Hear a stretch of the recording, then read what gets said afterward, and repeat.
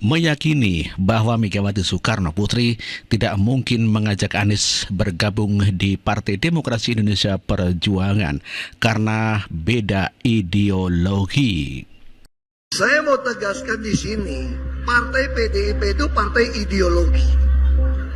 Maka Ibu Mega suka bilang, kenapa kita nggak dukung Anies misalnya? Karena dia dari pengalaman, belum pengalaman birokrasi. Lalu Anda kan saya bilang, menyerang Pak Mahfud. Pak Mahfud ini jauh lebih modern dari Pak Ma'ruf Amin. Ma'ruf Amin masih mengeluarkan fatwa MUI bahwa saya masuk penjara. Pak Ahok kalau sampai koalisi nanti, Pak Ahok setuju nggak 1 sama 3? Saya yakin Ibu Megawati sudah bilang kita ini partai ideologi. Ibu Mega tidak akan pernah mendukung orang yang tidak punya track record. Ibu Mega tidak akan pernah mendukung orang yang sudah terang-terangan terbukti menggagalkan semua program Pak Jokowi. Itu namanya Anies Baswedan. Saya ingin negara ini dipimpin oleh orang yang benar. Semua pekerjaan harus ada estafet. Yang kayak Jakarta. Karena ini kan rakyat kan kena bohong dong. DP 0%. Itu betul, setengah betul. DP 0% itu biasa. Lu sanggup cicil nggak? Kalau pengadilan, makanya saya lebih suka orang yang miskin, yang belum beruntung, lu tinggal di apartemen punya Pemda 5.000 sampai 15.000 per hari. Nggak ada duit, gue jadikan lu pasukan mau kuning, mau biru, mau oranye, mau merah. Gue lagi bentuk pasukan merah. Anak lu sekolah gue tanggung, bus gue urus. Beli daging sapi 45.000 biar gak stunting. Ayam 8.000, telur ayam 8.000. Itu saya mau lakukan gitu. Tapi orang kan kena plank. Ya kali ini kalau orang masih kena plank, gak mau percaya sama saya lah. Saya mau dapat untungnya apa sih? Dimusuhin, disalahpahamin. Ya dong. Demi supaya kelangsungan pembangunan. Kalau kamu punya hati cinta negara, cinta rakyat Indonesia. Itulah pernyataan Basuki Cahayapurnama alias Ahok yang meyakini bahwa Megawati tidak akan mengusung Anies Baswedan di dalam pilkada ataupun bergabungnya 01 dan 03 dikarenakan dendam politik karena kekalahannya Ganjar Pranowo dan hancurnya PDIP. Oleh karena itu, Ahok mengatakan tidak mungkin dan tidak setuju bergabungnya Anies dan Ahok. Pertanyaannya, gimana mau koalisi nomor 1 dan 3? Ibu Mega bilang begini sama saya. Saya sama Anies ini dekat loh Pak Ahok. Saya dekat. Ini kenapa saya tidak mendukung dia jadi gubernur DKI? Kenapa dukung Pak Ahok? Karena saya harus melihat rekam jejak. Kalau orang punya rekam jejak tak jelas, bekerja, cuma pintar ngomong, nggak mungkin saya dukung. Jadi isu ini dari mana? Sama kayak dulu isunya. Ibu Mega nggak mau Ganjar karena maunya Puan. Kalau Puan nggak mau, dia jelas mau pasangkan Prabowo sama Puan biar semua jadi klop, damai lah. Kan dia disuruh jadi membawa damai. Firman Tuhan itu jangan pres ya itu. Itulah bantahan Ahok terkait kerjasama antara 01 dan 03 untuk menghadang calon dari Joko Widodo ataupun dari Partai Gerindra yang didukung oleh Jokowi dan Koalisi Indonesia Maju. Namun pada kenyataannya Anies Baswedan pernah bertemu dengan Megawati dan makan bareng. Ya, itu katanya Anies enak banget. Inilah Megawati, bukan Soekarno Putri. Lemang Megawati. Lemang Megawati. Ya. Enak. Yang Jam berapa kalau bikin? jam 4 sore. 4 sore. Lepas ini maghrib masak ya kan. Ini makannya dicocol. Ya cocol gini. Tapi date ini mangkoknya Pak nih. Pakai mangkoknya, jadi langsung begini ya? Ya. Nggak apa Pak ya? Coba begini ya. Ya cicip Pak. Insya Allah cobain ya Bu. Ya. Amin. Enak. Enak. Satu berapa ini? 1,15.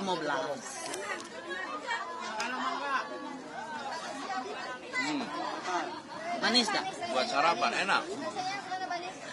Rasanya Gurih. gurih. Sore ya? Ya. Untuk uang buko-buko. Buko ya. Enak ini. Saya mau Bu, ambil 2. Ya, 2 aja. Makan. Lemang Megawati. Lemang Megawati. Ya. Enak. Yang berbambu apa? Apalagi yang jualin Bu Megawati. Ya. Enak. Ya. Bu Megawati. Jadi Bu Megawati sekarang berpeluang Anies. Ya, nomor 1. Ternyata Ahok menyimpan satu cerita yang sangat-sangat mengejutkan kita semua. Karena menurut Ahok, Pak Jokowi di Pilkada DKI 2017 ketika Ahok terkena kasus penistaan agama, Pak Jokowi sempat meminta Ahok untuk mundur dari calon gubernur DKI Jakarta. Dan satu-satunya orang yang tetap mendukung Ahok waktu itu di Pilkada DKI 2017 hanya Ibu Megawati. Dan cerita ini disimpan selama bertahun-tahun oleh Ahok dan baru diceritakan kemarin. Ini mengejutkan kita semua termasuk saya gitu ya. Kalau saya hari ini mengkritik Presiden Jokowi tidak suka dengan langkah-langkah perusakan demokrasi yang dilakukan oleh Pak Jokowi karena jelas ada intervensi di MK, ada pelanggaran-pelanggaran etik, ada upaya untuk memaksakan Gibran untuk maju sebagai cawapres, ada upaya untuk mengguyur bansos dan terjadi ketidaknetralan, ada upaya untuk melakukan kecurangan-kecurangan pemilu. Itu jelas ada di depan mata kita, tapi itu semua cerita hari ini, cerita beberapa bulan yang lalu. Sementara Ahok ini ternyata sudah diperlakukan sedemikian rupa sejak Pilkada DKI 2017 lalu. Saya tidak bisa membayangkan seandainya cerita ini langsung dikeluarkan oleh Ahok pada tahun 2017 lalu. Mungkin kita semua nggak percaya gitu. Atau mungkin kalau orang yang percaya dan tidak terima Ahok diperlakukan seperti itu oleh Presiden Jokowi, maka di Pilpres 2019 kita rasanya Ahokers atau para pendukung Ahok tidak akan memilih Jokowi. Tapi semua cerita-cerita itu ternyata sudah berlangsung sejak lama. Selama ini wajah asli Pak Jokowi itu coba ditutupi oleh berbagai pihak, termasuk salah satunya Ahok. Ini adalah aib Presiden, ini adalah aib Jokowi. Kita tidak menyangka Jokowi sampai meminta Ahok untuk mundur dari pencalonannya. Padahal seperti yang kita tahu soal kasus penistaan agama di Pilkada DKI 2017 itu adalah upaya-upaya provokatif, video-video yang diedit, dipelintir yang menurut pengakuan Buniani itu dilakukan oleh tim cyber Prabowo Subianto. Sehingga hari ini ketika Gibran maju sebagai cawapres, dia seperti sedang memakan karma Ahok. Karena coba kita bandingkan. Ahok di Pilkada DKI 2017, iya, katakanlah dia dianggap bersalah, memang sudah ada vonisnya, tapi upaya-upaya untuk membuat Ahok ini bersalah dengan tekanan massa yang begitu besar, itu muncul dari fatwa MUI. Lalu bandingkan dengan Gibran hari ini, yang proses pencalonannya itu melakukan banyak sekali pelanggaran. Mulai dari intervensi di MK, pelanggaran etik di MK, dan itu sudah dibacakan oleh MK-MK. Kemudian kemarin DKPP sudah membacakan ada pelanggaran etik yang dilakukan oleh Ketua KPU dan jajarannya karena memaksakan atau memaksa atau menerima Gibran sebagai cawapres itu dianggap sebagai bagian dari kesalahan karena tidak sesuai dengan aturan yang sudah ada. Jadi hari ini kalau Gibran kemudian ada yang menuntut Gibran untuk mundur dari Pilpres 2024, ada tuntutan untuk mendiskualifikasi pasangan Prabowo Gibran dan sebagainya, itu adalah bagian dari karma Ahok di Pilkada DKI 2017 lalu. Dan dengar-dengar sebenarnya ada banyak orang meminta pasangan Prabowo Gibran didiskualifikasi. Ada banyak orang meminta agar Gibran diganti dan sebagainya. Tapi di internal mereka nampaknya pernyataan-pernyataan itu jauh-jauh lebih keras dibandingkan yang ada di luar. Kita di luar ada banyak orang mengkritik Gibran, ada orang meminta Gibran untuk diganti dan sebagainya. Dan di internal mereka nampaknya situasinya jauh-jauh lebih buruk dari itu.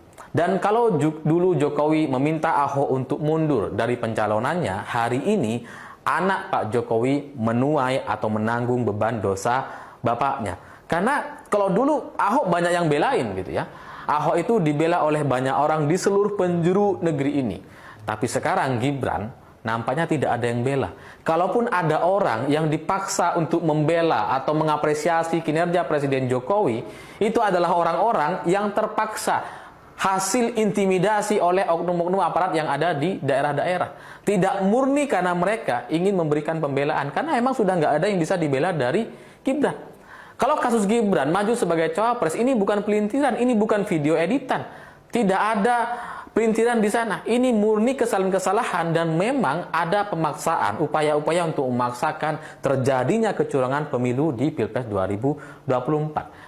Pernyataan mantan Komisaris Pertamina, Basuki Cahayapurnama atau Ahok menjadi viral telah menyebut bahwa Jokowi dan Gibran tidak bisa kerja. Dalam kesempatan itu, Ahok juga menyatakan dirinya enggan memilih calon presiden yang tidak sehat dan emosional. Hal tersebut kemudian ditanggapi oleh Wakil Ketua Tim Kampanye Nasional Prabowo Gibran, Habibur Rahman. Dia menyebut bahwa pernyataan Ahok tidak sesuai dengan realita di lapangan, bahwa Jokowi yang disebut tidak bisa kerja malah mendapat kepuasan publik yang tinggi. Habibur Rahman pun menyinggung kinerja Ahok ketika menjabat di DKI yang menurut dia hanyalah omon-omon. Lalu terkait sosoknya emosional, Habibur Rahman minta Ahok introspeksi diri bahwa dirinya pun adalah sosok yang punya emosi yang meledak-ledak. Karena itu, Habibur Rahman pun yakin pernyataan negatif Ahok tersebut akan membuat rakyat justru menjadi antipati terhadapnya. Ya, antara Megawati dan Ahok ini sama-sama ya tukang emosi ya, tukang marah-marah ya. Di depan pidatonya saja Megawati selalu marah-marah dan iya karena takut kalah. Lah Prabowo sendiri, maksud saya Ahok adalah selalu ngamuk-ngamuk ketika didatangi warganya dan Ahok sendiri sering kelihatan emosi ketika menghadapi warga yang datang ke balai kota mengadu permasalahannya dan tak segan-segan menghardik seorang ibu-ibu. Itulah Ahok dan Megawati sama-sama tukang emosional.